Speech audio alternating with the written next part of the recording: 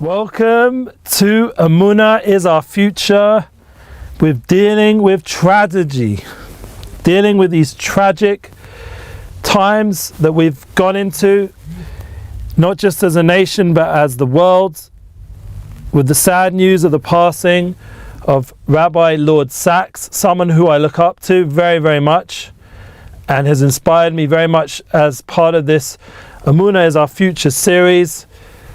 He's someone who gives me the ability to communicate and improve myself on a daily level. And it's a That's right, it's a tragic moment. We're just making sure everything's set up. Let's just get this. It's the first time I'm using this new thing, so you just have to excuse me one moment. Here we go. There we go. Thank God we got new equipment for our Emuna Tour class going live tomorrow night with Rav Shalom Arush, and we'll be having our rabbi here in the studio next to me. I'll be sitting on the other side, and we'll be welcoming your questions. We already have, thank God, a large list of response and questions. It's exciting that you guys get to join us on a weekly level with the rabbi, Rav Shalom Arush, and he also is an inspiration. He's our host here in Chutz Chesed in Brezov, Israel, and this is the kind of people we need in our world right now, more than ever, to inspire us. But so how do we deal when something tragic happens? God forbid everyone should be healthy and well. Please God, the coronavirus should go away. But how do we process the passing of such a great man like Rabbi Lord Sacks? That's what we're going to discuss today, alongside some other updates.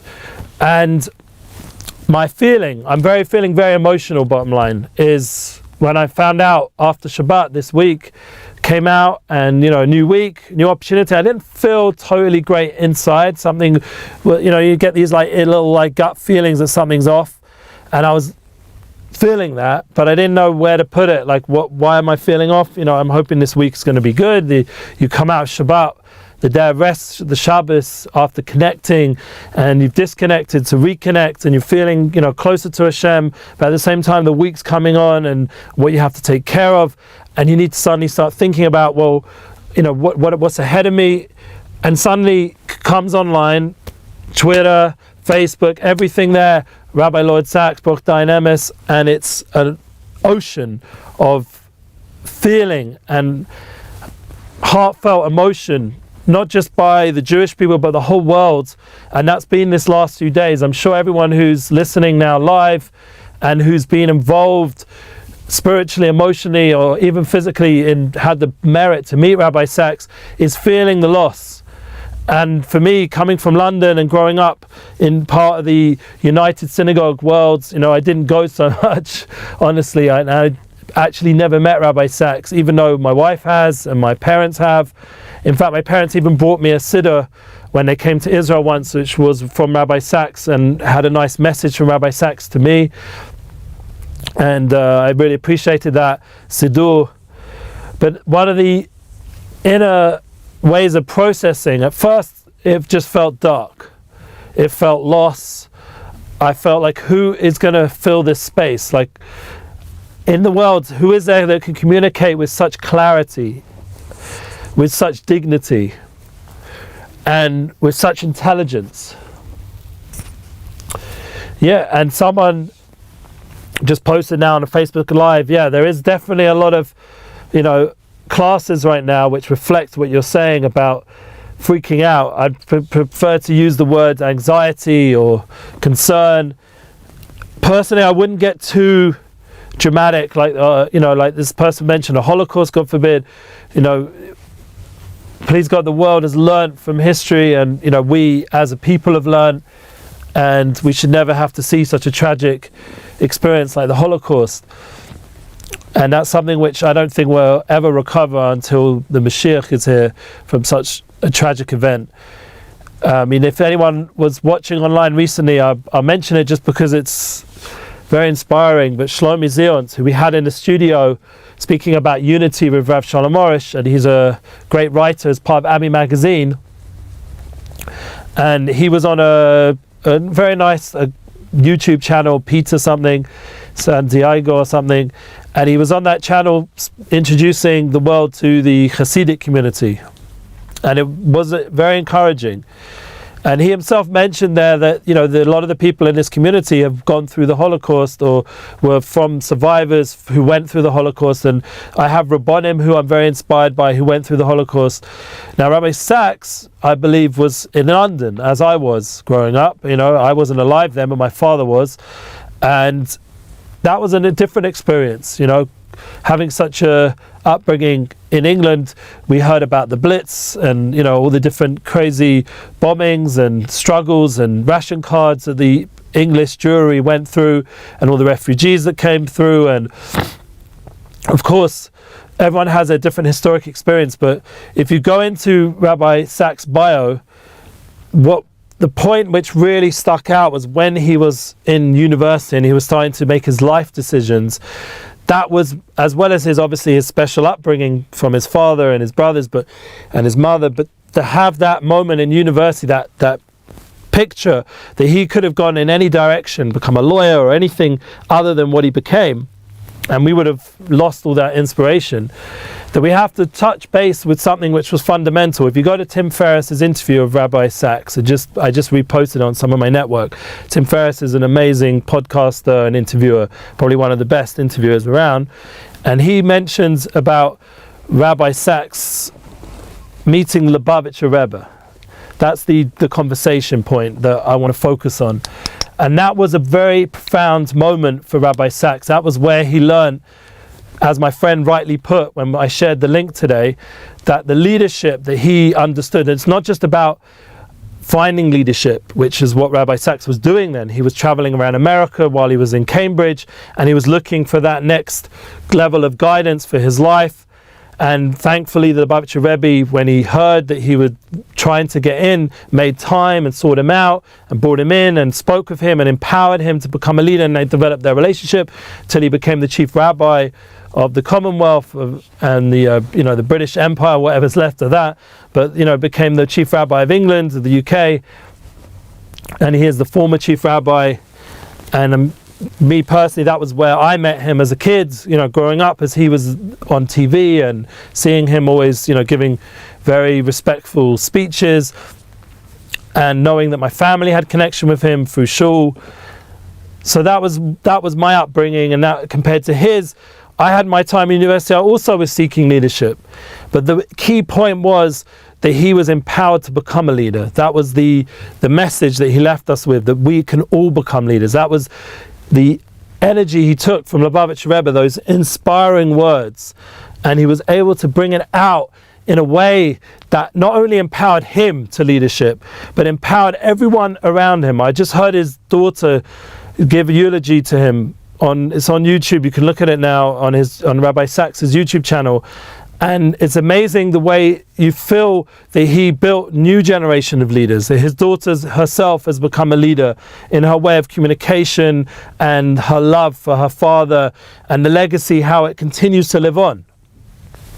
Now, we are in a transition time for all of us. I mean, we just went through the American election. It's now winter. I'm wearing my jumper or sweater, as we call it in England, a jumper.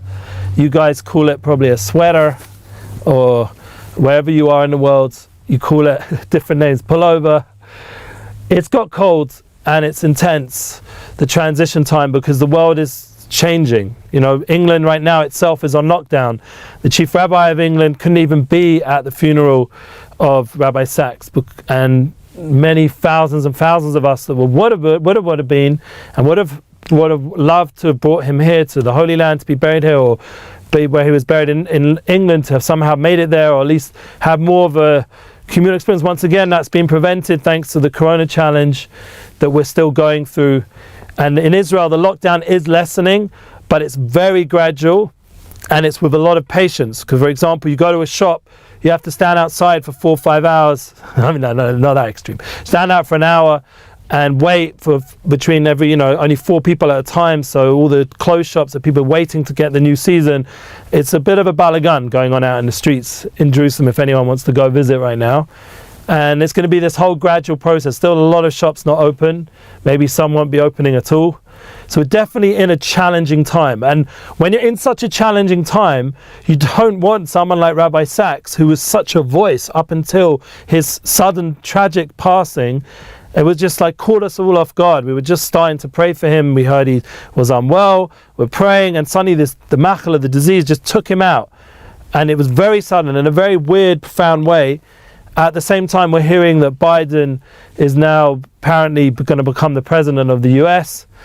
And we have to internalize these two crazy transitions in our life. Like, I'm not going to get my weekly Parsha class from Rabbi Sacks. I'm not going to get my opportunity to tune into him when there's a climactic change or a drastic change in the world, like 9/11, and he wrote that unbelievable book, or all the struggles we've had with terrorism and how he's so eloquently discussed it, and all the different lack of unity and divisiveness has gone on more and more as time's going on in the world, and he's been that voice of steady calm and that middle path of clarity and guidance that everyone in the world feels comforted by. And fine, there are some people, like in every great person there, who are opposing him. You know, I never actually asked Rav Orish himself. I'm sitting in his studio, so we have to have that respect.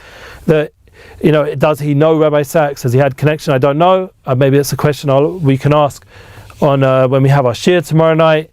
It'll be something you guys can remind me to ask. And I mean, I'm dedicating this class to Rabbi Sacks' memory and his legacy. And I'm asking you all now, as we start to internalize this and sort this out, I'm asking all of you, how can you deal with this in a real way? Like, people have, God forbid, through the coronavirus, gone through real tragedies in their families and friends, work, losing a job, can be very tragic.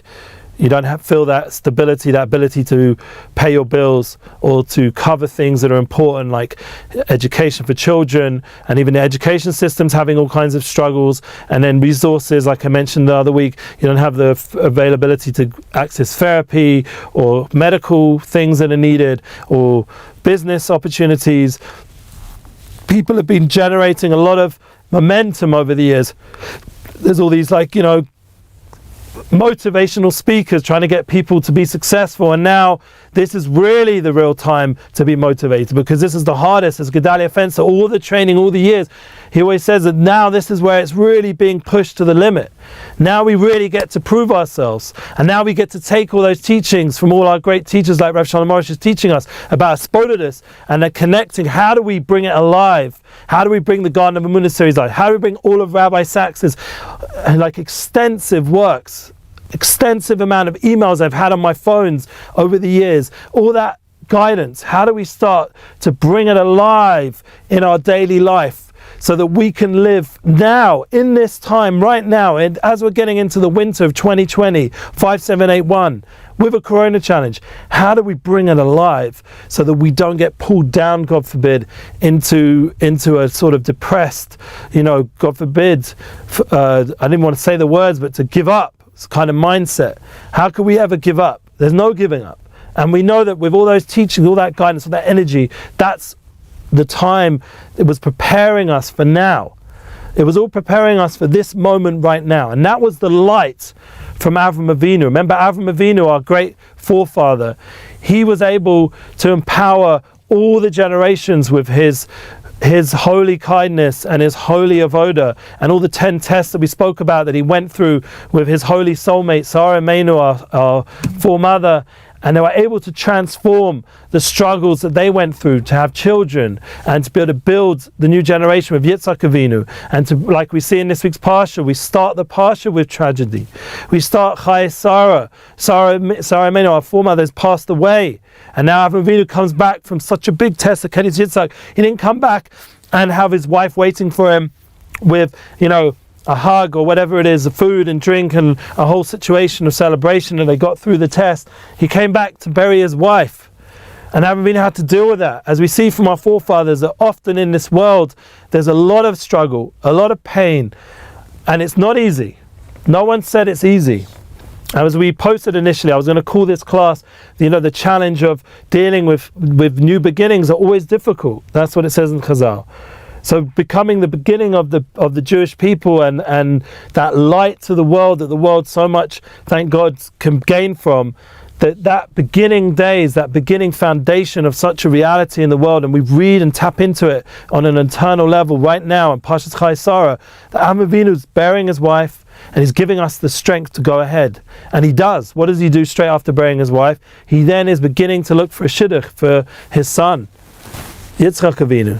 Not only now has he bought a part of the land, the Holy Land, so he has now an acquisition in Eretz Yisrael. He owns Hebron, it's his property and his descendants' property till now. Not only is that happening, but there's also now the reality that Avraham Avinu has the ability to create a new marriage for his son Yitzhak with Rivka. Personally, my daughter was born this week, Rivka. So came down the soul, Rivka. Last week's Parsha, the end of last week's Parsha, and we have the celebration of the Chosna of Yitzhak Avinu this week's Parsha. Last week was his birth, and his and also his bris milah, and now and Nikedes Yitzhak, and now this week we're celebrating his wedding and his continuation of having children with Yaakov, and the continuation with Esav, his brother, and how the world starts becoming reality that we see now. We have this beginning stages. It's all in the forming stage, which is usually the most delicate and gentle and has to be done in a very sensitive way. And that was Avram and Yitzhak Yaakov's power. They were forming the formation, the blueprint of creation at that time till all of eternity. So when we look into Avram's light, as we come in, it says he was Bevarach B'Kol. He had everything. He had everything he needed, including a daughter as well. It says in the explanations that he was blessed with everything by the end of his life. But that mindset of being Samech B'Chelko, of B'Kol Mikol Kol, Avram, Yitzhak, Yaakov, of every one of them being happy with what they had and being able to pass that over to others, to empower us. So that's what we have to do. We have to take this tragic time of Rabbi Lord Sacks passing away, Jonathan Sacks, and I think his Hebrew name, someone can post it there, should be a merit for him. And we should have the ability, I think it's Yaakov is one of his names, part I remember. So we should have in mind that what we're doing is a continuation of all our great teachers until now. And thank God we have Rav Arieh here. He should be well, Havda ben Chaim L'chaim, he should be well until 120. We should pray for our leaders to be healthy. One of the things I do on Rosh Hashanah personally, I really pray sincerely for all our leaders, all the people that speak, but not only that we should become leaders. That's the point of Rabbi Sacks. We ourselves should be empowered. And he also said an important thing in Tim Ferriss's interview. He spoke about the importance of having a close group of friends who believe in you more than you believe in yourself, who empower you to do your role in the world. And that's something that was funny, it was in my group of friends that we were talking about this, but we're all here together to empower each other. You should make sure your group of friends, the people you're connected to online, that you speak to daily, the ones you actually talk to either face to face or through the different, WhatsApp groups or whatever it is, they're people who inspire you to live more fulfilled, more empowered, to believe more and more in your ability to make this world a positive place. That's the kind of people you need to surround yourself with. All the great, speakers nowadays and people who thank God who are influencers in a good way, they talk about how it's so important to have a good sphere of influence, people that inspire you, and not to be around people that, God forbid, take away from your ability to impact. So I bless everyone who's listening in that we should learn from Rabbi Sacks. Go to his large empire of books and his channels and get inspiration to go ahead. And those, God forbid, that oppose Rabbi Sacks, there are people out there, and it's not so hard to find them online. I have no opposition towards them, and I'm not trying to get involved in their opposition to Rabbi Sacks on any level.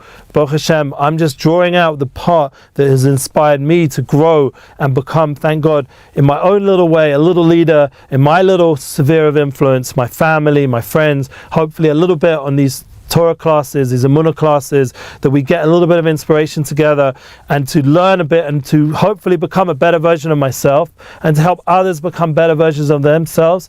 And this kind of positive focus, unity focus, this needs to be the focus. So the opposition that's out there is irrelevant, because in the end, life is so short. To waste your time arguing and finding the problems in everyone. Who has time for that? I was writing in my United Souls book recently how life is so precious every minute. Like suddenly Rabbi Sacks was here and he wasn't here. Suddenly people with functioning great families, and suddenly they're no longer in a situation where they have a full family. Someone passed away due to this, due to that, God forbid. And we have to really appreciate the people in our life, appreciate the gift of life, to turn this colder time and warm it up with love. And that's one of the things I get so inspired by, like from Avram and Sarah and Rivka, Yitzhak and Rivka, and the whole shidduch process. Eliezer, my name's Eliezer, went out to find the shidduch, and comes Rivka into the home, and there's a joy that returns to Yitzhak, and to appreciate the relationships, healthy relationships around us. Like Rabbi Sacks was a role model of marriage. I went home to my family in London. They're not religious, beautiful family. I grew up, thank God, very well. But they're not religious in an open sense.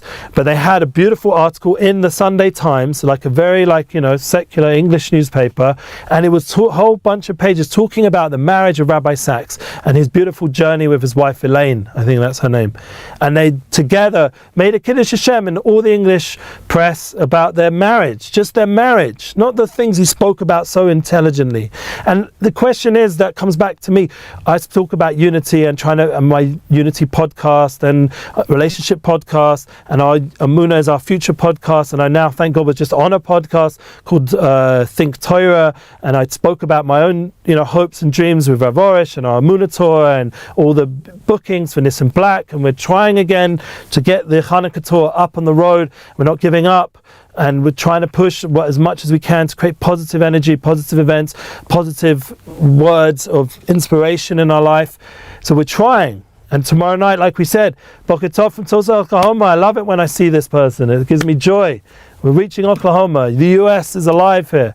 So we have the opportunity tomorrow night to have Yoni Gabali. He's going to come on this side of me. He's going to play the guitar and sing. His friend Aaron Lagman's going to play the guitar, but he's going to sing, and they're going to make great music together for us. And the Emuna Tour, it's going to be soulful music. And that in itself, for me, is my comfort. That there's soul. We have a soul. The Rabbi Sacks' soul. And that's one of my best friends said to me Saturday night when I heard the news and we spoke to each other in London, I was on the phone and we're talking, and he's just saying, like, it's the point is that he's now up in the world of truth, and he's influencing now everything from that place.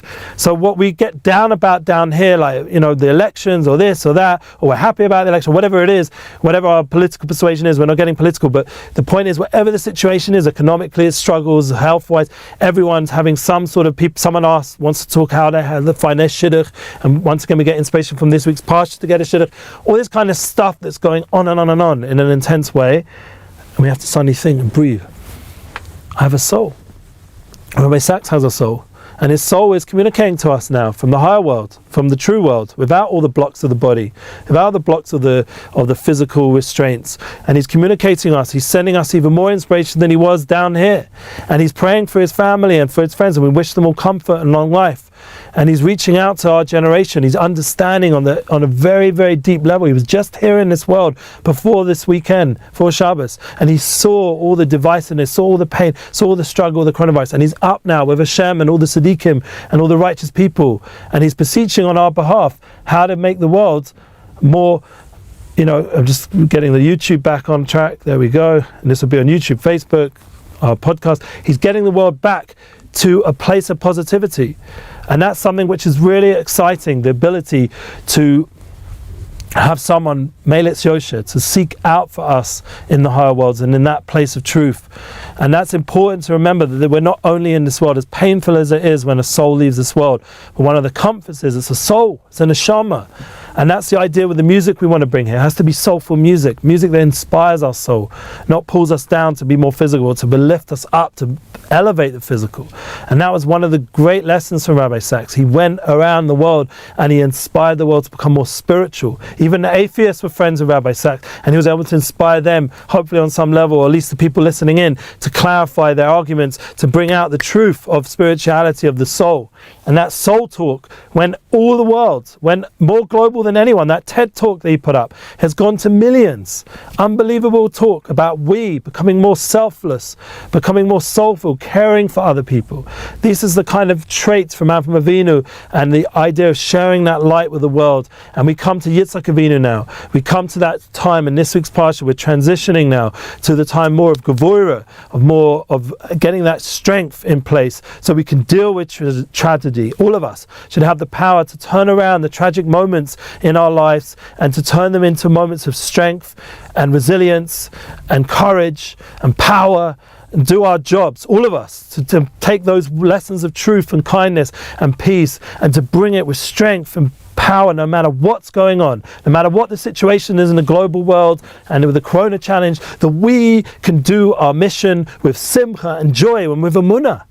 And we can apply the lessons of Rav Orish. We can keep developing that relationship with Hashem, to have that hour to clean up our heart so that all the baggage that comes sometimes and allows us the ability to process things, talk to Hashem, allow Him to heal our hearts, to help us, to give us the strength to do everything. And that's the key with this Spodidus. We're talking to Hashem with that relationship, that Emuna tour that we're working on here. I'll see you tomorrow night, please God, and you'll send us your questions. We'll take this time to strengthen ourselves even more, chazak v'yamatz, and go ahead with the rest of this winter with simcha and joy, and we should see all the tragedy turn into joy and happiness for the whole world, including the Sacks family and all of the community of the world, to rejoice together with the Tchias HaMesim and us all with resurrection of the dead and the Binyan Bayis Shlishi B'Mehei V'Meinu Amen. We'll have that third temple. It's going to be glorious. Can't wait to see you there. Have a great Shabbos. Enjoy. Thanks for listening.